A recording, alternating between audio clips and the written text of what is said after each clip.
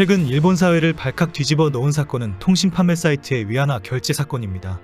이 사건은 일본 엔화와 중국 위안화의 통화 기호가 똑같기 때문에 자주 발생하는 사기 사건입니다. 한 통신 판매 사이트에서 디지털 상품인 전자책을 판매하면서 엔화로 표시해놓고 위안화로 청구를 한 것입니다. 현재 위안화는 엔화보다 약 20배 가치가 높기 때문에 20배의 금액이 청구되었습니다.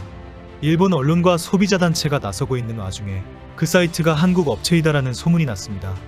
한국어를 일부 사용했다 등 의심스러운 정황이 드러났다는 주장이 확산되고 있습니다.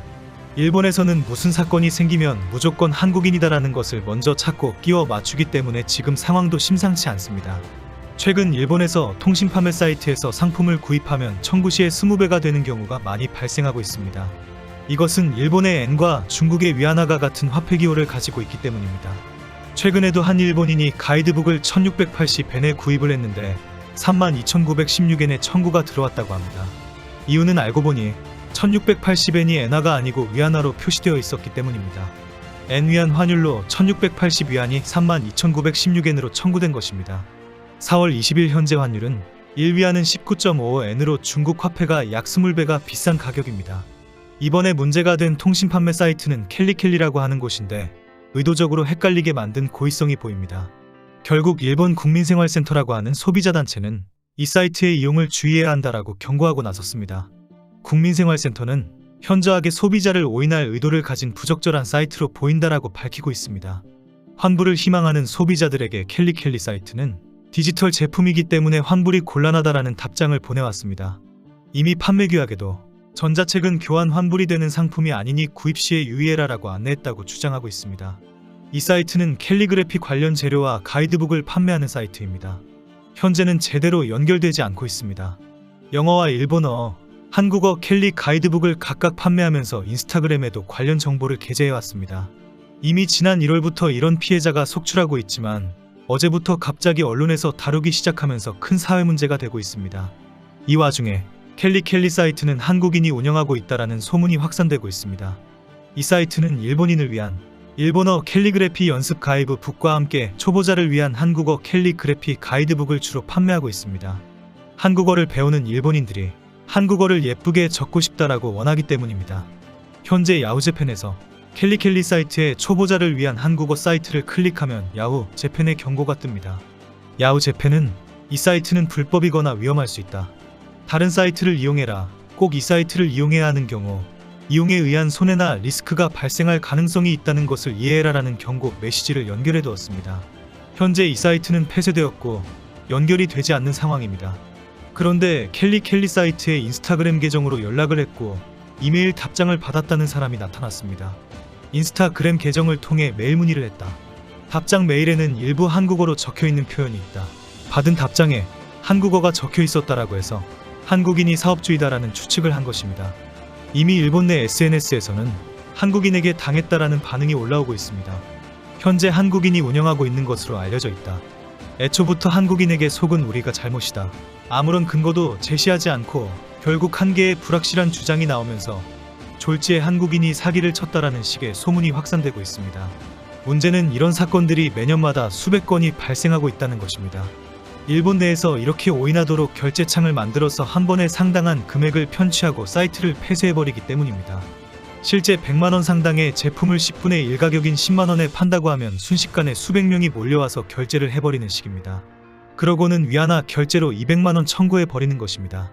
나중에 항의하면 위안화 통화 기호를 아주 작게 표시했다는 이유로 환불을 거부합니다. 환불 규정에도 명확하게 제시되어 있는 경우에는 환불이 쉽지 않다고 합니다. 결국 소비자보호센터는 구입한 후에 취소하기는 너무 어렵다. 무조건 주의를 해야 한다라고 당부했습니다. 특히 어떤 온라인 쇼핑몰이라도 너무 터무니없이 싼 가격은 없다. 10만엔짜리를 5천엔에 판다고 하면 무조건 의심하고 확인해야 한다라고 지적했습니다. 최근 일본 언론과 소비자 단체들은 엔화와 위안화의 화폐 기호가 같다. 반드시 철저히 확인해야 한다라고 경고하고 있습니다. 특히 이번 사건처럼 중국의 영문화폐 기호인 CNI를 아주 작게 표기하거나 특정 부분을 클릭해야 CNI가 보이도록 되어 있다고 지적합니다. 결국 주의해서 보지 않으면 당연히 엔화 결제인 것처럼 속인다는 것입니다. 통신 판매 사이트의 전체는 일본어로 다 되어 있는데 결제 부분만 위안화로 표시되어 있다고 합니다. 문제는 일본의 많은 통신 판매 사이트가 이렇게 악질적인 표기 방법을 이용하고 있다는 것입니다. 매년마다 수백 건의 이런 신고가 소비자 단체에 들어오고 있는데 이런 사이트들은 거의 대부분 연락이 안 되거나 책임을 미루는 등 해결이 쉽지 않다고 합니다. 근본적으로는 일본의 에나와 중국의 위안화가 같은 통화기호를 사용하고 있다는 것입니다. 환율이 위안화가 20배 비싸기 때문에 이런 통신 판매 사기는 일본에서만 발생할 수밖에 없습니다. 일본의 에나와 중국의 위안화의 어는 둥근 것을 나타내는 원으로 각각의 나라의 발음으로 일본에는 YN, 위안화는 YWN이라고 표기됩니다. 두 나라 모두 이니셜 Y를 취해 같은 통화 기호를 만든 것으로 알려졌습니다.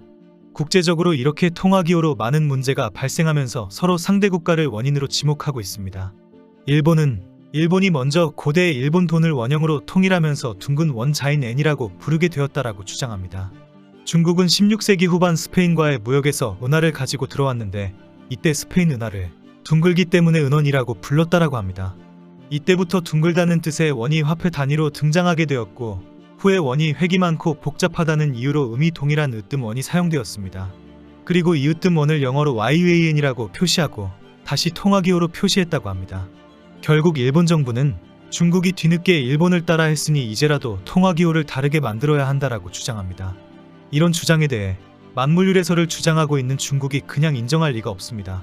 공식적으로는 1948년 12월 1일 중국인민은행에서 처음 발행되어 지금까지 중국 대륙 내에서 사용되고 있는 화폐 단위로 인정은 합니다. 그러나 중국은 둥글원과 으뜸원이 처음부터 중국에서 출발한 표현이라고 주장합니다. 둥글다는 뜻의 중국 한자인 원을 사용한 일본이 잘못했다는 지적입니다. 일본이 불편하면 이제라도 히라가나 가타카나 일본어를 사용해서 새로 만들어라라고 조롱합니다. 연일 일본인들이 위안화 표시에 사기를 당하는 상황이 되다 보니 언론과 일본인들은 분통을 터뜨립니다. 한두 번도 아니고 앞으로도 계속 이런 사기 범죄가 발생할 수밖에 없다. 정부는 대책을 내놓아야 한다라고 항의합니다. 일본 방송의 유명 프로그램인 앵커치로 신보의 아침 방송 등 여러 프로그램에서 이 문제에 대해 다루면서 주의를 요청하고 있습니다. 어제 지로신보는 일본은 메이지 시대부터 사용한 통화기호이다. 중국은 아무리 일찍 잡아도 중화인민공화국 건국 이후인 1940년대 이후이다. 일본 정부는 어떻게든 뭐든지 간에 조치를 취해야 한다라고 흥분했습니다. 그러나 현재로는 아무런 대책이 없습니다. 일본인들 스스로 통화기호를 그대로 믿으면 안 되고 엔화인지 위안화인지 항상 의심하고 확인해야 합니다. 이번 영상은 여기서 마치겠습니다. 시청해주셔서 감사합니다.